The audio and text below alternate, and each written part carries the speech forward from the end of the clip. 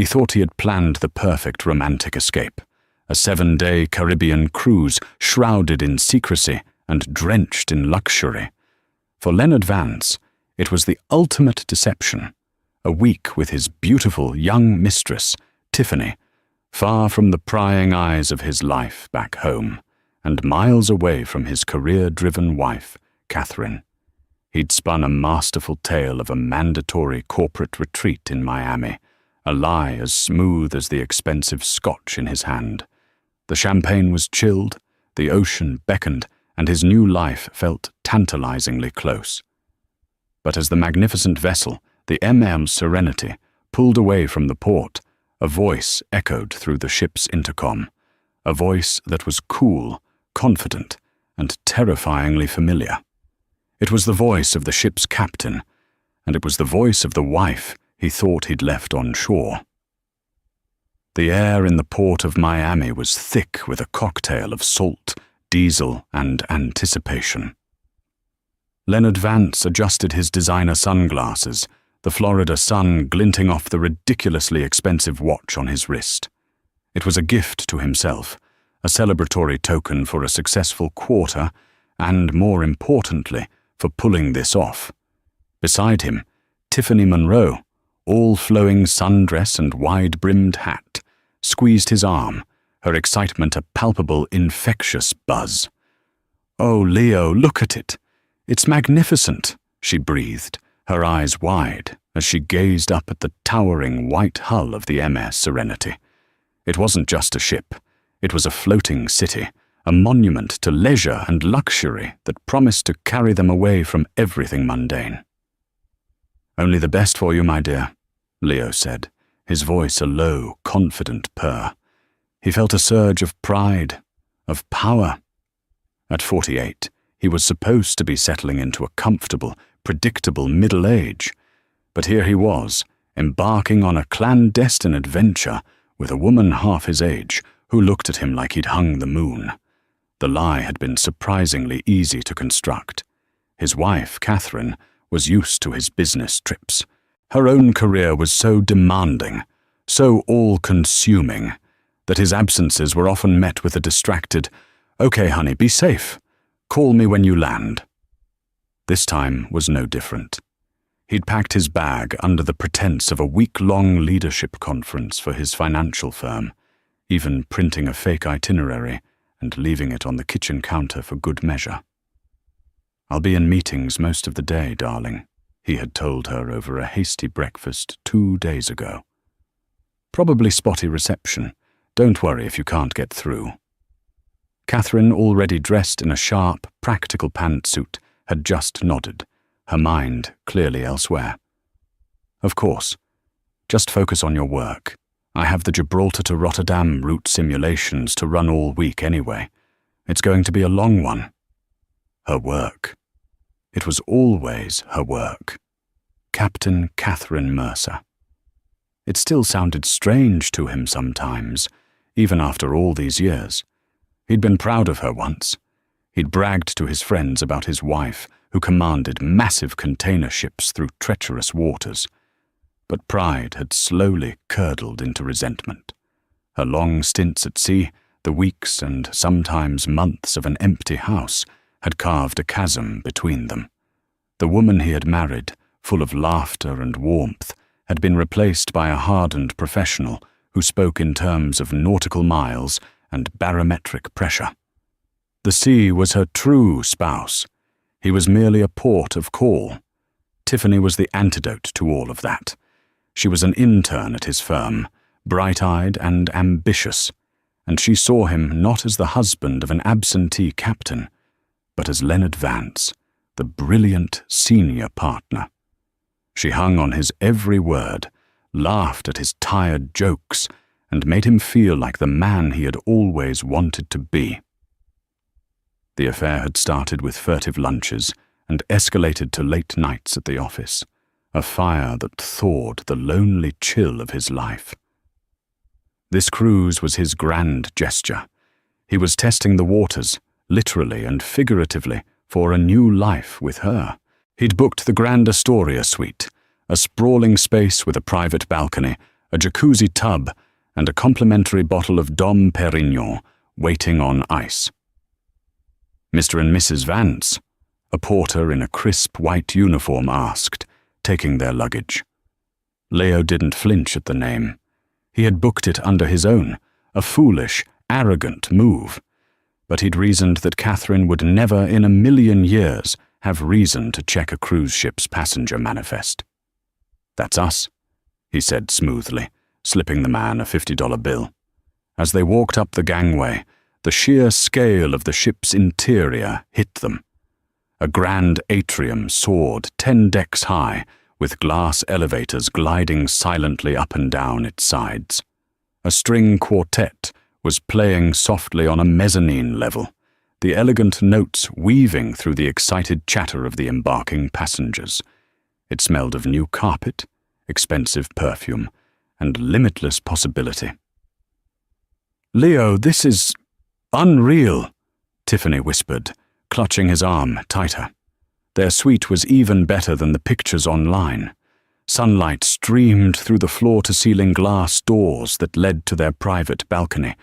The bed was enormous, piled high with plush pillows, and there, in a silver bucket, was the promised champagne.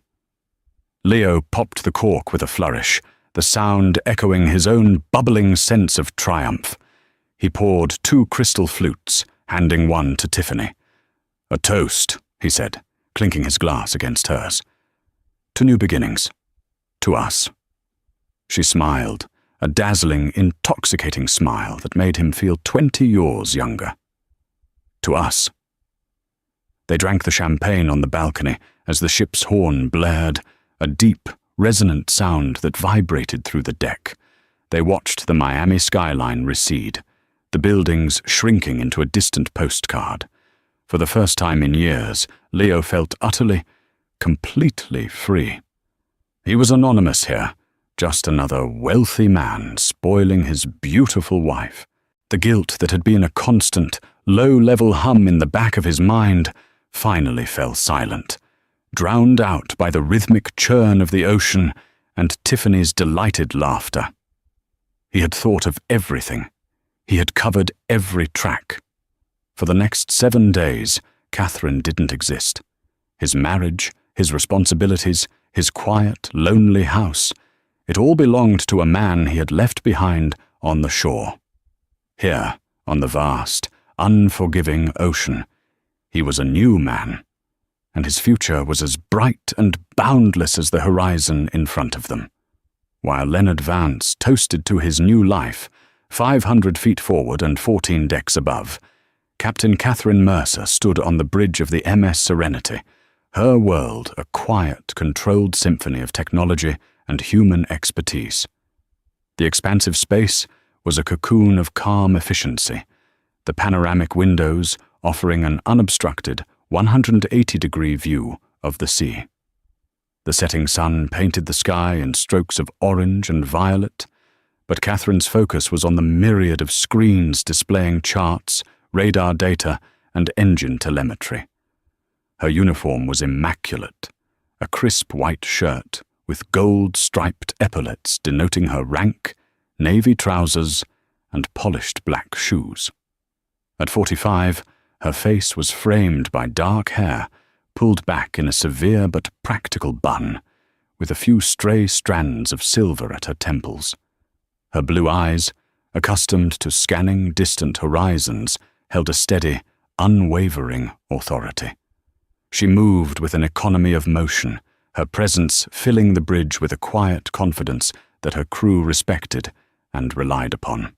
"Heading 090, Commander," she said, her voice calm and even, cutting through the low electronic hum. 090, Captain, her first officer, Ava Rostova, confirmed from the navigation console. Ava, a sharp and loyal officer in her late 30s, had served under Catherine for 3 years. She knew her captain's moods better than anyone, recognizing the subtle shift in her posture or the slight tightening of her jaw that betrayed any inner turmoil. For Catherine, the bridge was a sanctuary. The sea was demanding, unforgiving, but it was also honest. It held no deceptions, no hidden agendas. You respected its power, you understood its rules, and in return, it offered a profound sense of purpose. It was a stark contrast to her life on land, which had become a sea of unspoken resentments and widening emotional distances. Her marriage to Leo had once been her anchor. He was charming, ambitious, and had seemed to understand her passion for her career.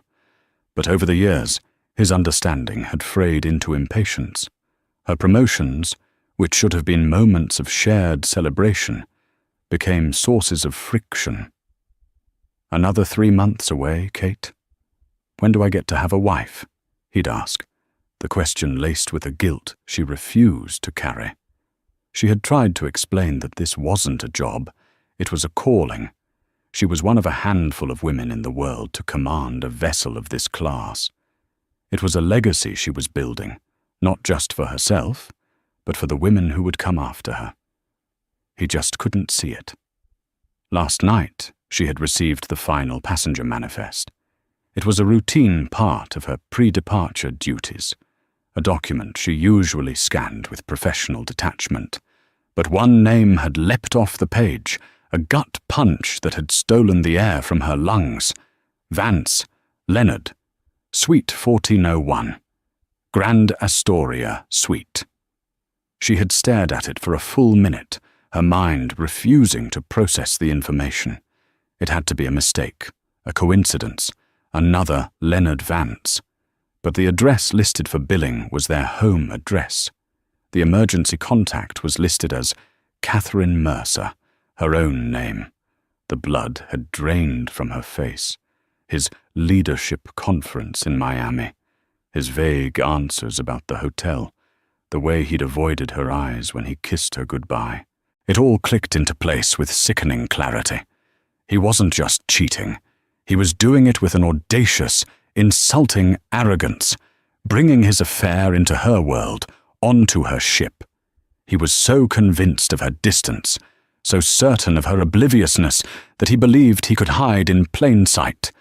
For a moment, a wave of pure, hot rage had washed over her.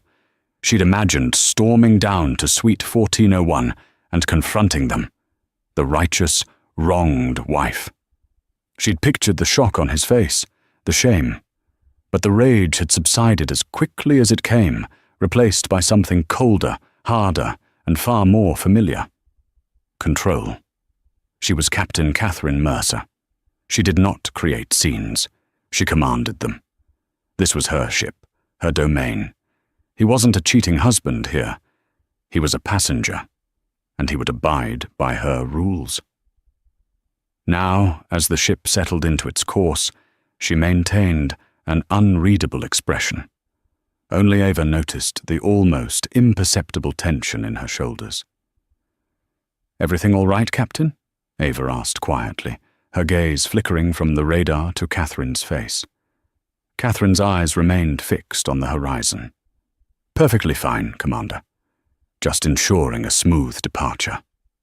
An hour later, as the last vestiges of daylight disappeared and the ship became an island of glittering light on an endless dark sea, the time came for the captain's welcome announcement.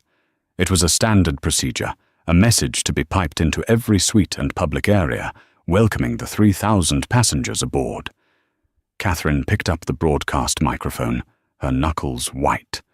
She took a slow, steadying breath, not as a wife preparing for a confrontation, but as a captain assuming command.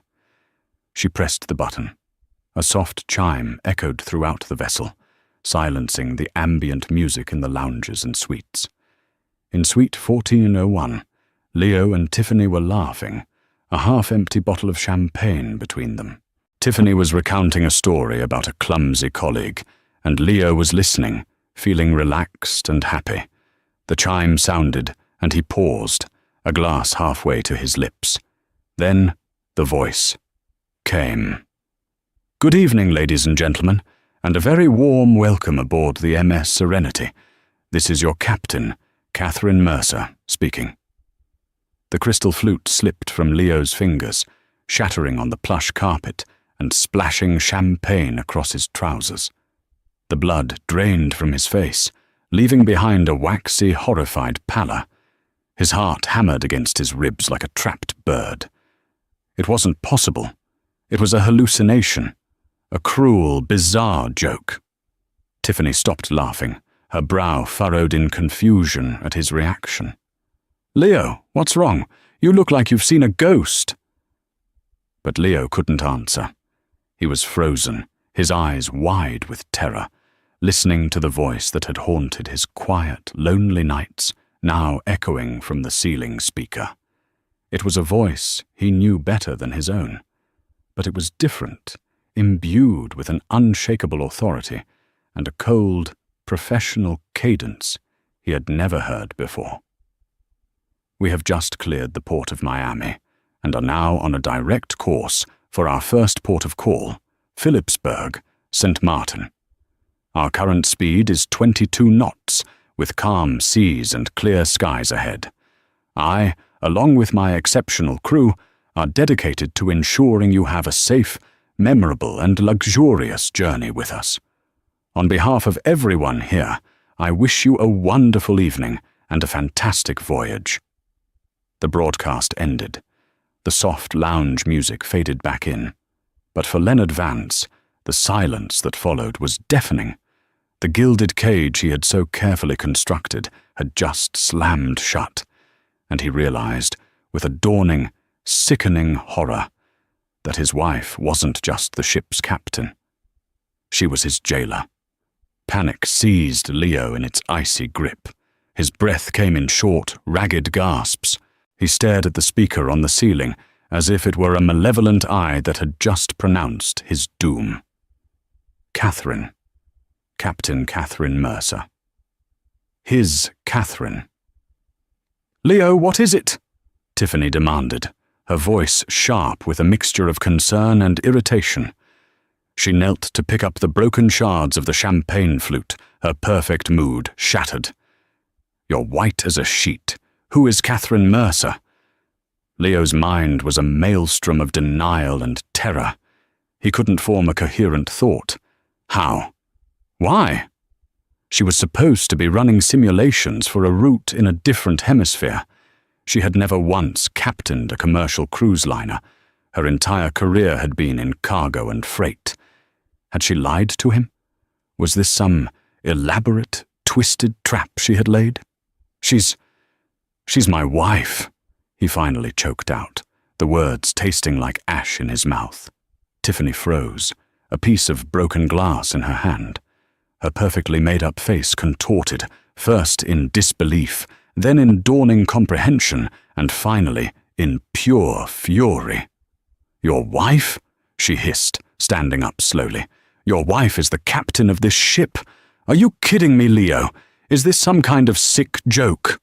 "I didn't know. I swear I had no idea," he stammered, scrambling for an explanation that didn't exist. "She pilots container ships. This doesn't make any sense." He ran a trembling hand through his hair. "She must have changed assignments. A last-minute transfer. A last-minute transfer that you conveniently failed to mention?" Tiffany's voice rose, her initial adoration for him evaporating like sea spray. "You told me she was practically a ghost. You told me she was halfway across the world. Instead, she's flying the plane we're on." "It's a ship, not a plane," he said weakly, the correction earning him a venomous glare. "Don't be an idiot, Leo. You know what I mean. We are trapped on a floating hotel for 7 days with your wife in charge." She began pacing the luxurious suite, her movements agitated and sharp, like a caged animal. "What are we going to do? Does she know we're here?" The question hung in the air, heavy and terrifying. Of course she knew. His name on the manifest, the suite number, the shared surname he had so arrogantly used. She knew everything. That welcome announcement wasn't a coincidence. It was a declaration, a shot across the bow. "We have to get off," Leo said, a desperate plan forming. "At the next port, we'll just get off." "The next port is in 2 days, Leo," Tiffany shrieked. "What do we do until then? Hide in this room, order room service for 48 hours straight, and pray she doesn't come knocking on the door?"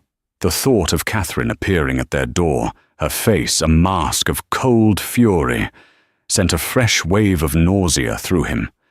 He felt trapped, exposed, his carefully constructed world crumbling around him.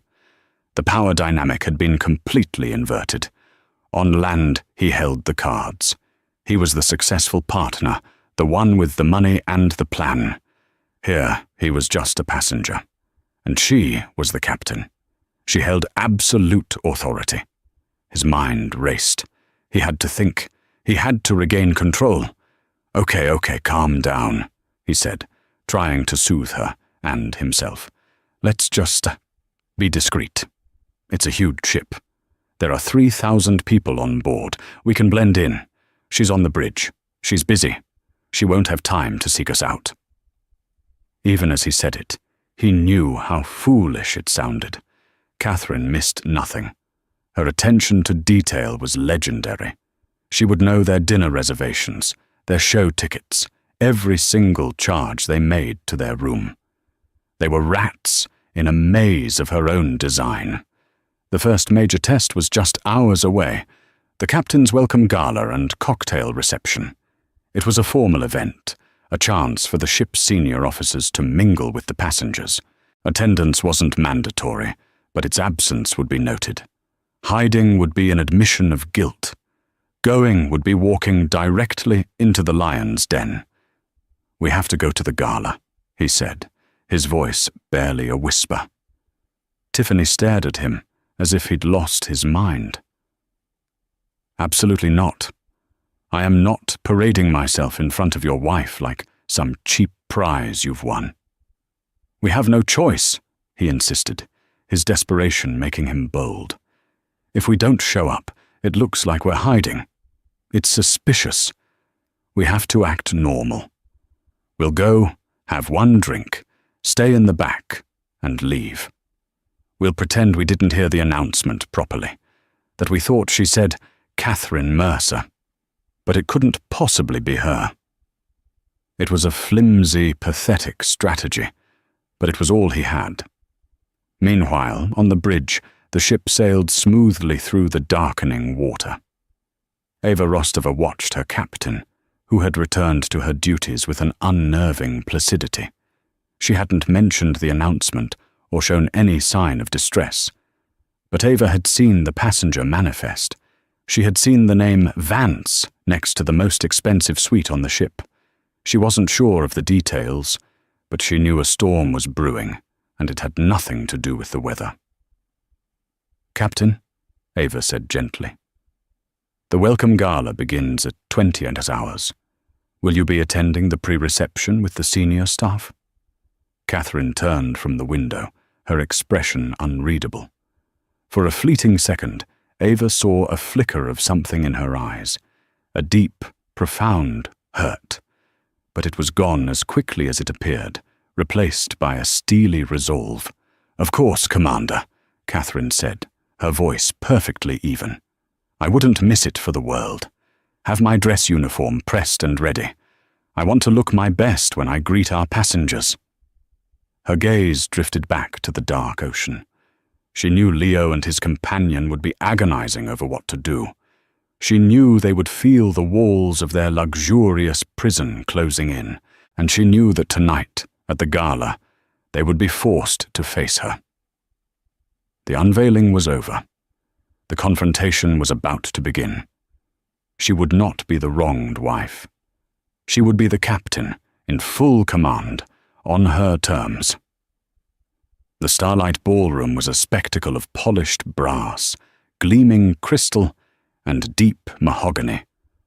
A 10-piece orchestra played classic show tunes as waiters weaved through the well-dressed crowd with trays of champagne and intricate canapes. The room buzzed with the cheerful, unburdened energy of people on vacation. For Leo and Tiffany, it felt like a funeral procession, and they were the guests of honor. Leo's tuxedo felt like a straitjacket, the bow tie choking him. He had sweated through his first shirt while dressing. Tiffany stood beside him in a slinky, backless crimson dress that, on any other night, would have made him feel like the luckiest man alive. Tonight, it felt like a garish costume, a beacon of their indiscretion. They had found a small table in a dimly lit corner, hoping to be swallowed by the shadows, but the ballroom was so brightly lit they felt utterly exposed.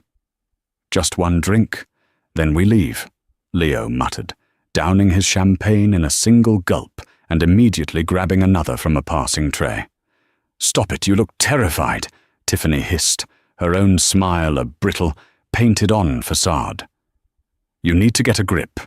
You said to act normal. This isn't normal." But there was nothing normal about this. Every time the ballroom doors opened, Leo's heart leaped into his throat. He scanned the crowd, a nervous wreck, looking for a glimpse of her. He felt like a condemned man waiting for the executioner. Then, a hush fell over the room. The orchestra leader tapped his stand, and all eyes turned to the grand staircase at the far end of the ballroom. "Ladies and gentlemen," a voice boomed over the speakers, "may I present the senior officers of the MS Serenity and your captain, Catherine Mercer." The orchestra struck up a regal, welcoming tune. One by one, the senior officers descended the staircase in their immaculate dress uniforms, smiling and waving to the applauding passengers. And then, at the top of the stairs, she appeared. Catherine was a vision of command. Her white dress uniform was tailored to perfection, adorned with her medals and golden epaulets. Her dark hair was styled in an elegant chignon, and her face, under the soft lights of the chandeliers, was poised and serene. She descended the stairs with a grace and confidence that seemed to suck all the air out of the room. She wasn't just an officer. She was royalty. Leo felt Tiffany's nails dig into his arm. He couldn't breathe. This was not the woman he had left in their quiet suburban home.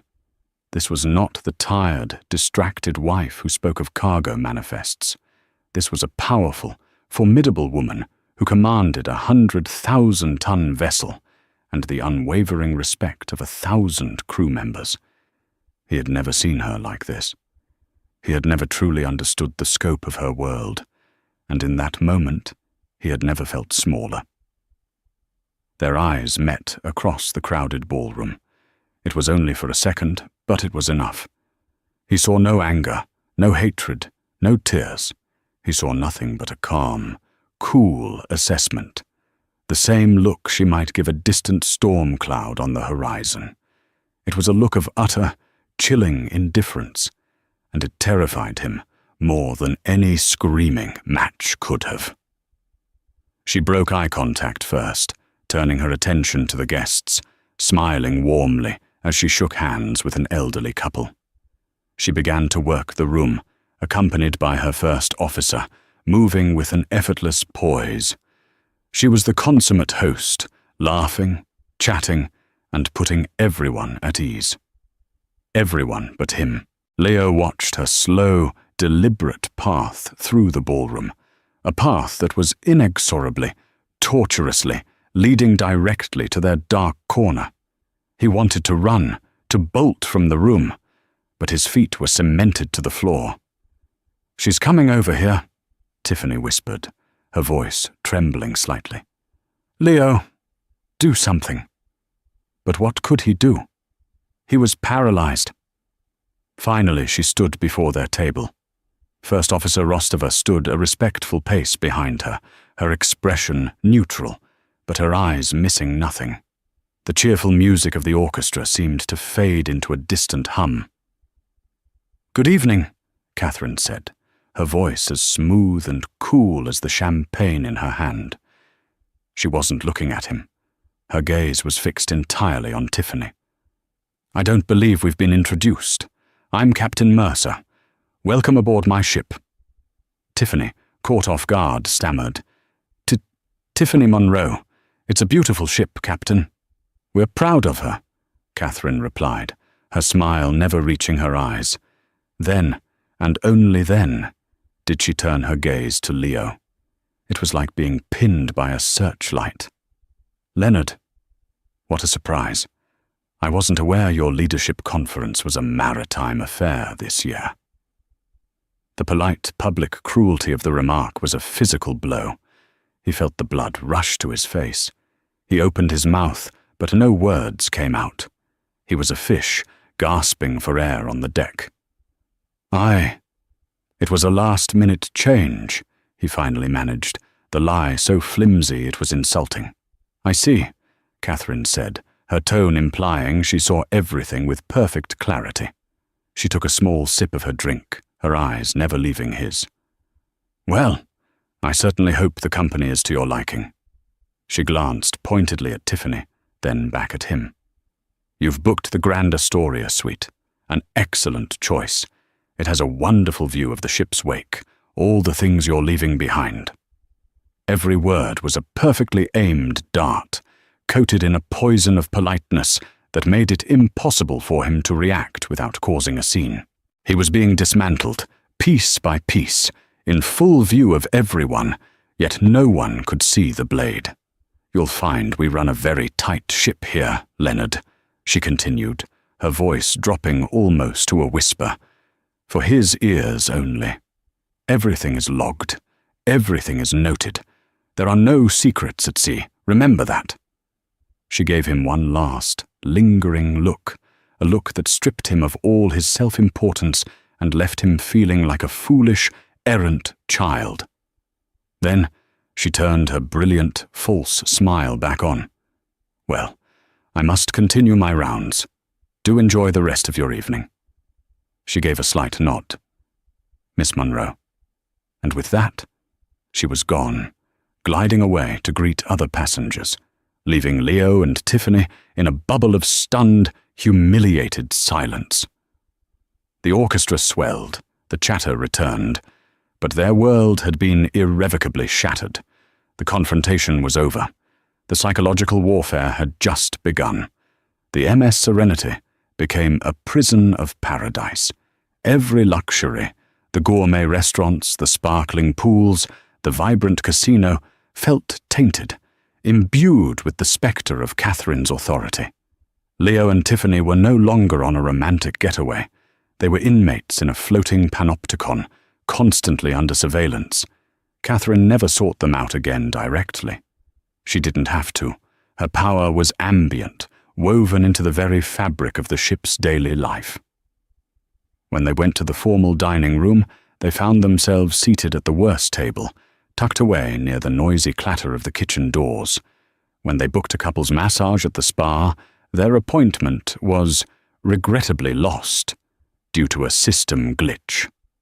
Their room service was always inexplicably late, and their cabin steward seemed to clean their suite only at the most inconvenient times, forcing them out onto their balcony, where they felt watched by 1,000 unseen eyes. These were small, petty inconveniences, impossible to prove as deliberate acts of malice, but their cumulative effect was suffocating. Leo knew it was her, a silent, methodical campaign of psychological attrition. He saw her from a distance sometimes, standing on a wing of the bridge, observing the passengers below or walking the promenade deck with her senior officers. She never acknowledged him, her gaze always sweeping past him as if he were just another piece of deck furniture. Her indifference was a far crueler punishment than her anger would have been. The ship's crew, loyal to their captain, became instruments of his torment. Their service remained professional, but there was a new, subtle edge to it. The bartenders seemed to take longer to serve him. The waiters met his eyes with a knowing pity that made his skin crawl. He could feel the whispers that followed them as they walked through the public areas. He didn't know how the story had spread.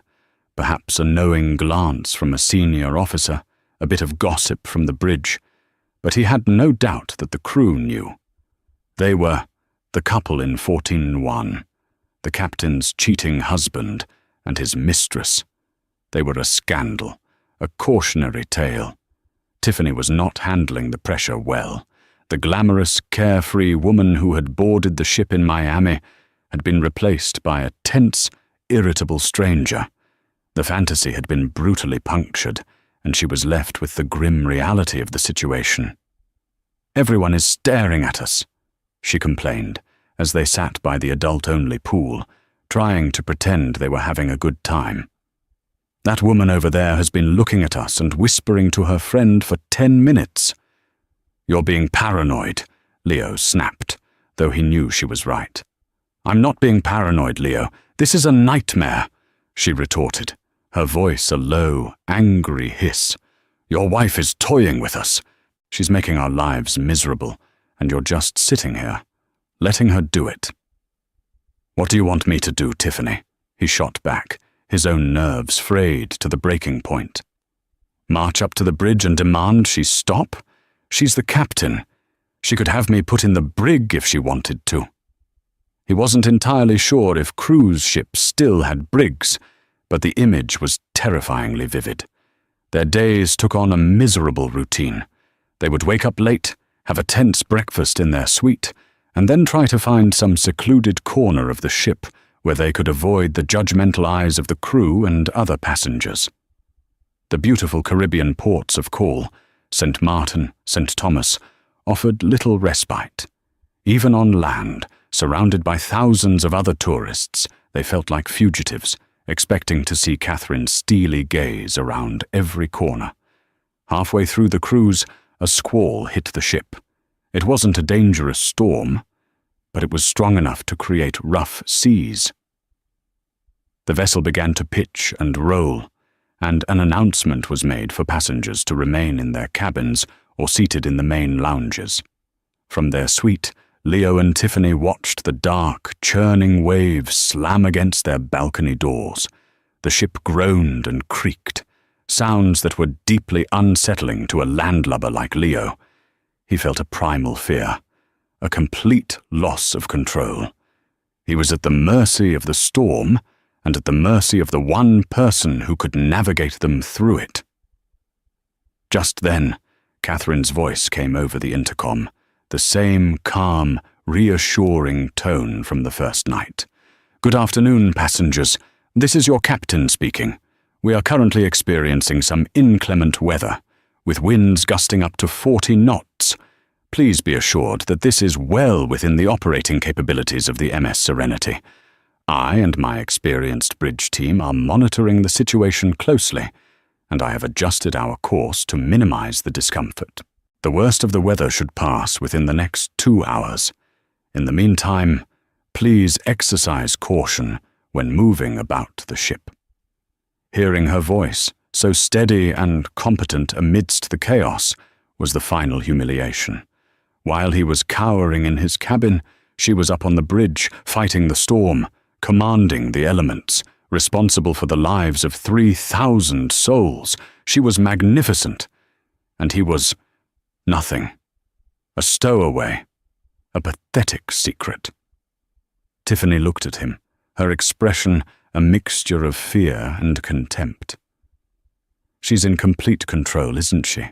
she said, the words a quiet admission of defeat. He could only nod.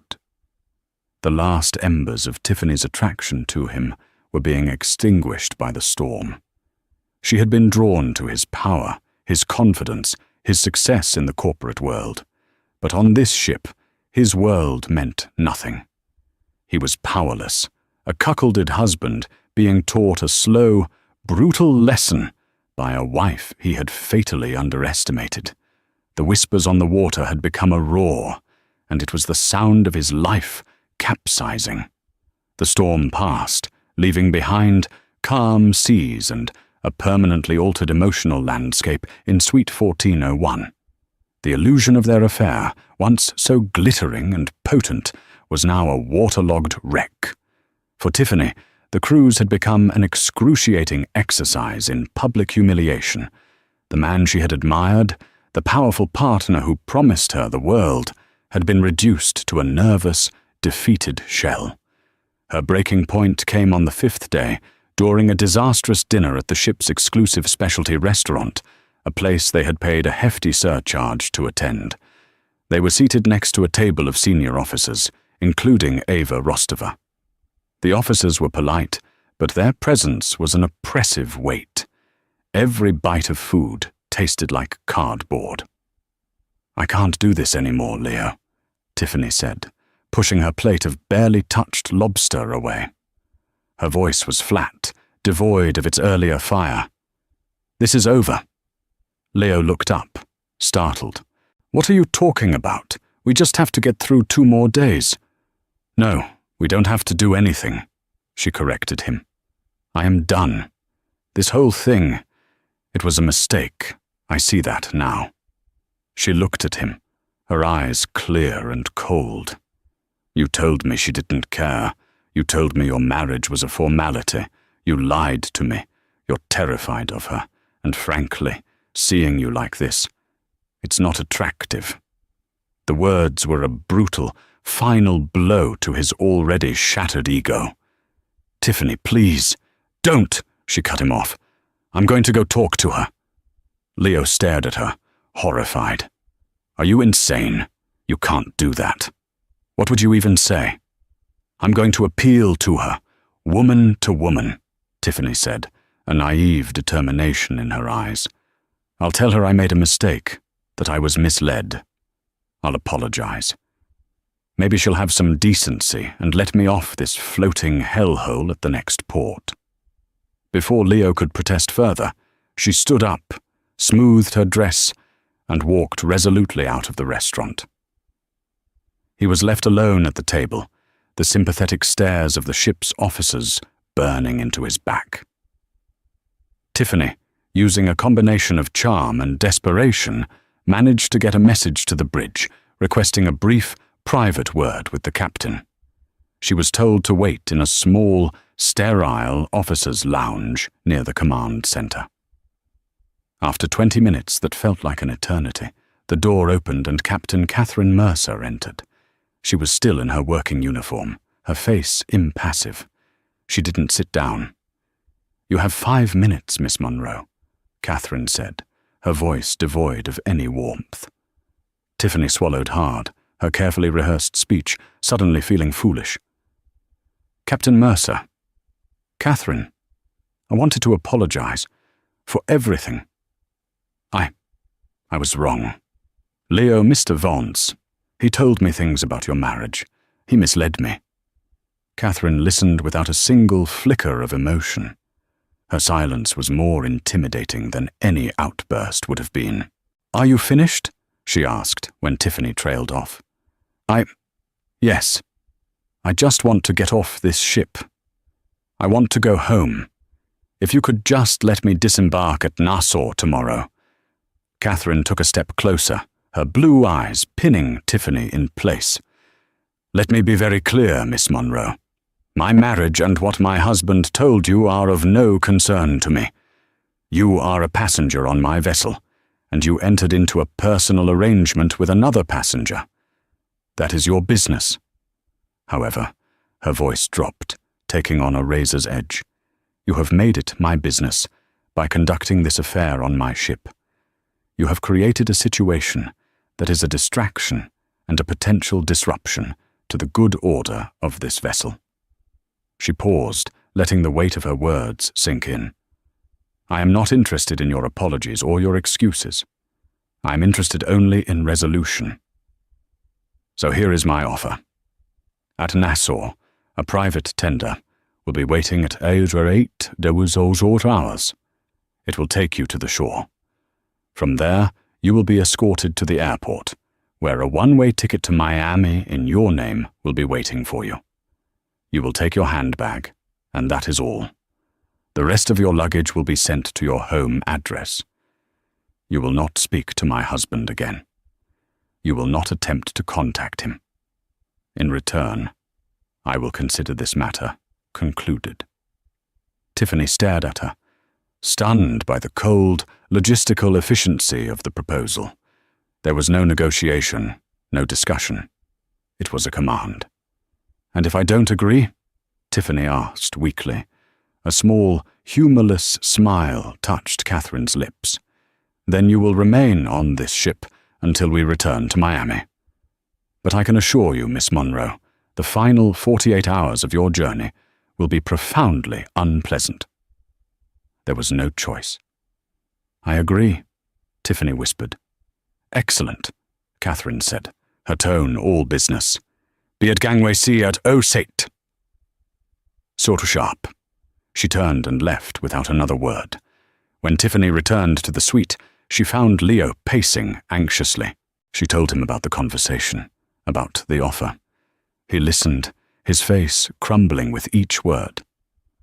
"You're just going to leave?" he asked, his voice cracking. "You're just going to leave me here, alone?" "This was never about us, Leo," she said, her voice filled with a final, weary pity.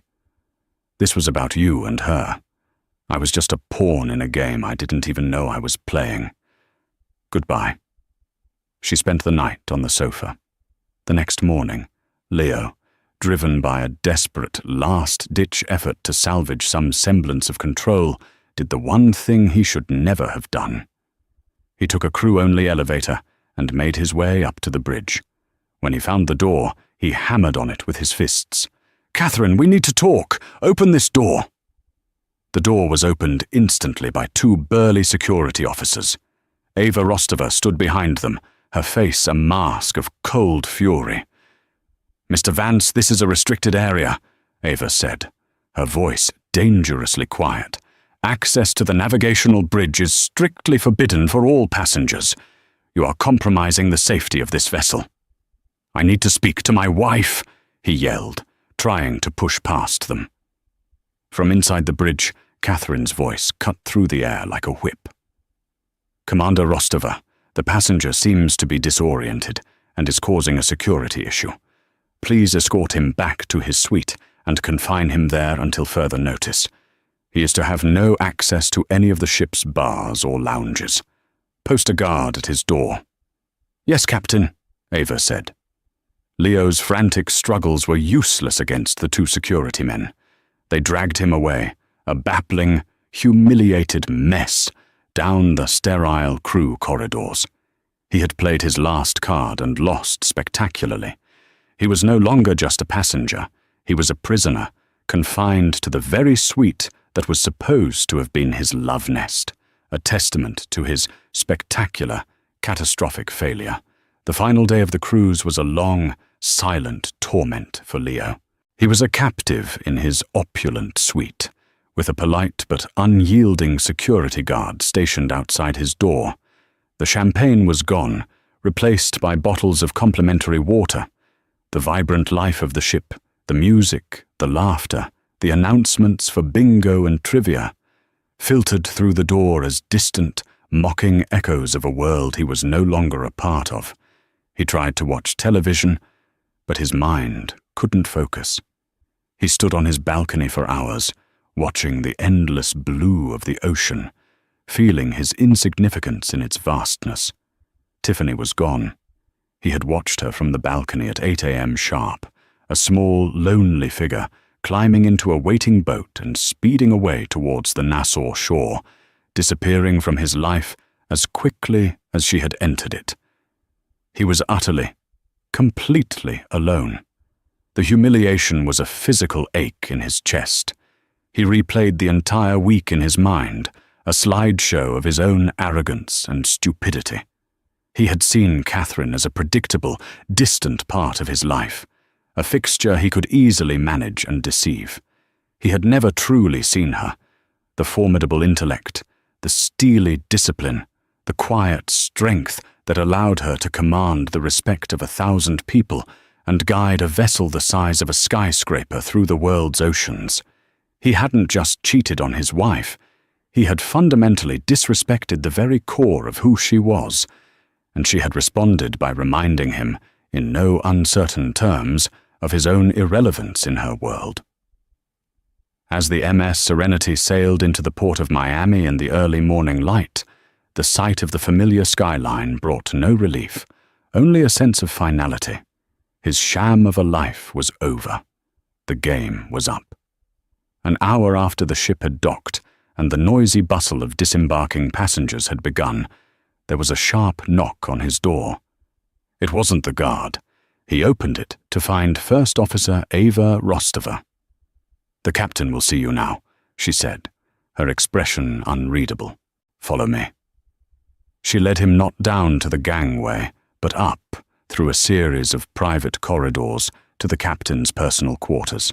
The suite was spacious but Spartan, decorated with nautical charts and framed photos of ships, not family. It was a room that belonged to a captain, not a wife. Catherine was standing by the large porthole, looking out at the port. She was no longer in her dress whites, but in the same kind of practical navy blue uniform she wore on the bridge. She didn't turn when he entered. "You are the last passenger on board, Leonard," she said, her voice quiet but resonant in the silent room. "I had you held so we could have this conversation without an audience." She finally turned to face him. Her face was tired, the mask of command laid aside, revealing the woman beneath. He saw the hurt there, finally, but it was overshadowed by an immense, unshakable strength. "I won't ask you why," she said. "I've spent enough nights alone at sea to understand loneliness, and enough time on land to understand betrayal. The why doesn't matter anymore. What matters is what happens now." Leo found his voice, a weak, hoarse thing. "Kate, I am so sorry. I never—" "Don't," she said, holding up a hand. "Don't you dare. Your apologies are as worthless as your lies. You're not sorry for what you did. You're sorry you got caught in the most spectacularly humiliating way possible." He couldn't deny it. He fell silent. "When I get home in 2 days, after my duties here are complete," she continued, her voice clinical and precise, "I expect your things to be gone. The house is in my name. It was mine before we married. You will find your belongings packed and in a storage unit, the key to which my lawyer will forward to yours. He will also be forwarding the divorce papers. I will be generous, far more generous than you deserve, on the condition that you sign them without contest. No arguments, no delays. A clean break." She walked to her desk and picked up a single sheet of paper. "This is a statement. It confirms that your confinement to your quarters was a result of a security breach on the bridge and your subsequent belligerent behavior. It makes no mention of our personal relationship. You will sign it. It will protect the cruise line, and it will give you a semi-plausible reason for your conduct, should anyone ask." She held it out to him. It was his final indignity, signing a document that legally codified his own pathetic downfall. He took the pen with a trembling hand and signed his name. "Good," she said, taking the paper back. "Now you can go." He stood there for a moment, a lifetime of memories, both good and bad, flashing through his mind. He looked at this incredible, powerful woman he had so carelessly thrown away, and felt a loss so profound it was a physical void. "Kate, for what it's worth," he began. "It's worth nothing, Leonard," she said, her voice softening just a fraction, not with pity, but with finality. "Goodbye." He turned and walked out of the room, escorted by Ava Rostova down to the empty gangway. As he stepped onto the solid ground of the port, he felt unsteady, as if the world were still rocking beneath his feet. He looked back up at the magnificent ship, at the distant, tinted windows of the bridge, where he knew she would soon be, and he understood. He had dropped his anchor in another woman's harbour, only to find that his wife was the master of the entire ocean. And so, Leonard Vance walked away, not just from a ship, but from a life he had single-handedly destroyed. Captain Catherine Mercer's story isn't just about revenge. It's a powerful testament to reclaiming your own narrative. She didn't crumble in the face of betrayal. She used the very authority and discipline her husband resented, to take back control of her life, proving that the greatest strength isn't found in avoiding storms, but in learning how to command your vessel right through them. Her journey from a wronged wife to the undisputed master of her own destiny is a reminder that we all have a captain's strength within us. If you were moved by Catherine's incredible story of resilience and empowerment, please let us know in the comments below. What would you have done in her situation? We love hearing your thoughts. And if you want more stories of justice, drama, and personal triumph, don't forget to hit that like button. Share this video with someone who needs to hear it, and most importantly, subscribe to our channel for more content just like this. Thank you for listening.